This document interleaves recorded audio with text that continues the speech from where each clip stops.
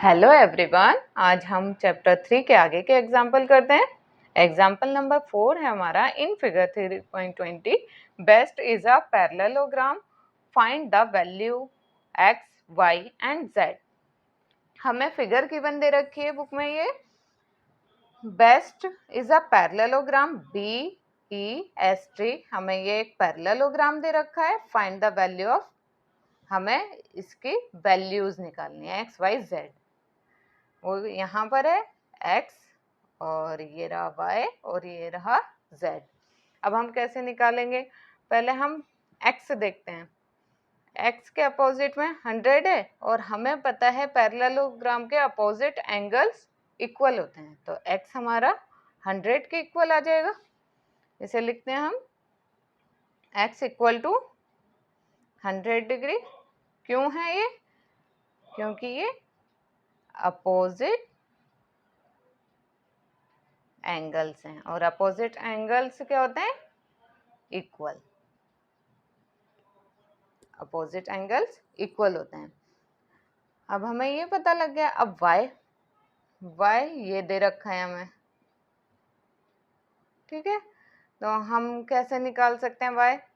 अब ये और ये दोनों पैरेलल लाइंस की साइड पे बने हुए हैं। हमें पता है कि अगर दो पैरेलल लाइंस हैं और उस पर कोई ट्रांसवर्सल काटती है लाइन, तो ये वाला एंगल इसके इक्वल होता है। ये इसी तरह से बना हुआ है अल्टरनेटिव इंटीरियर एंगल। तो हमारा y किसके इक्वल आ जाएगा? 100 के। y is equal to 100 degree. क्यों है ये? अल्टरनेट इंटीरियर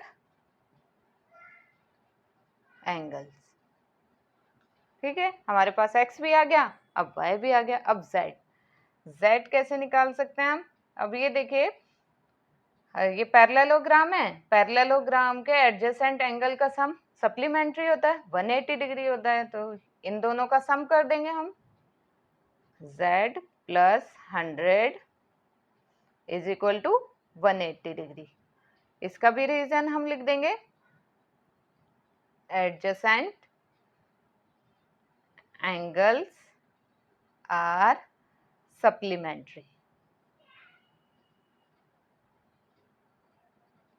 हमें पता है एडजेसेंट एंगल का सम सप्लीमेंट्री होता है।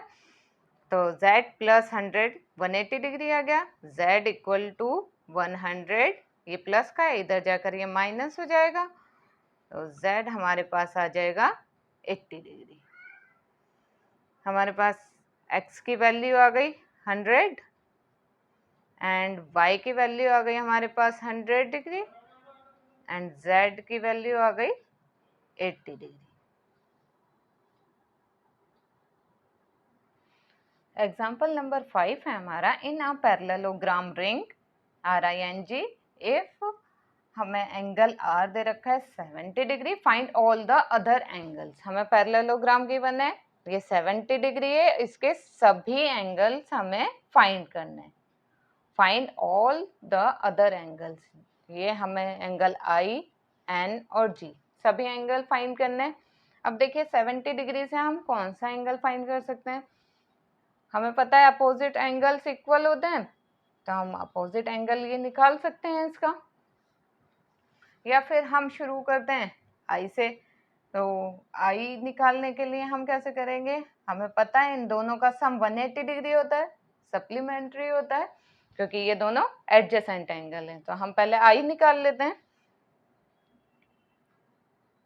Angle I plus angle R is equal to 180 degree. क्यों? Adjacent angles are supplementary.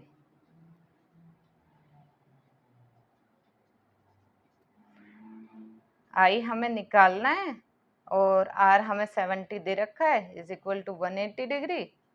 I is equal to 180, ये प्लस का था, इधर जाकर माइनस हो जाएगा। एंगल I हमारे पास आ गया 110 डिग्री। I आ गया हमारे पास 110 डिग्री। अब हमें पता है अपोजिट एंगल्स इक्वल होते हैं। R के अपोजिट क्या है? N। तो n भी 70 होगा और I के अपोजिट क्या है G, तो G 110 के इक्वल होगा। हम लिख देंगे एंगल n किसके इक्वल है, एंगल R के,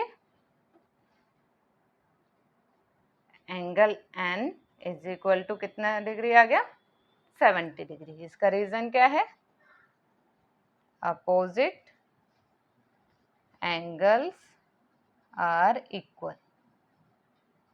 ठीक है, अब हमें I भी पता लग गया और n भी पता लग गया एंगल। अब हमें पता करना है G, एंगल G किसके इक्वल होगा, I के, ये भी अपोजिट एंगल है और इसका रीजन भी यही होगा, अपोजिट एंगल्स आर इक्वल। तो हमारे पास G आ गया हमारा 110 डिग्री। ठीक है, हमारे पास तीनों एंगल आ गए। ये तो सप्लीमेंट्री एंगल था, एडजेसेंट एंगल सप्लीमेंट्री होते हैं, तो एडजेसेंट एंगल से हमने ये वाला एंगल फाइंड कर लिया और ये इसके अपोजिट, ये इसके अपोजिट, इसी तरह हमने सभी एंगल्स इसके फाइंड कर लिए। अब नेक्स्ट वीडियो में इसके हम नेक्स्ट एग्जाम्पल करेंगे। जब तक please like share and subscribe my channel.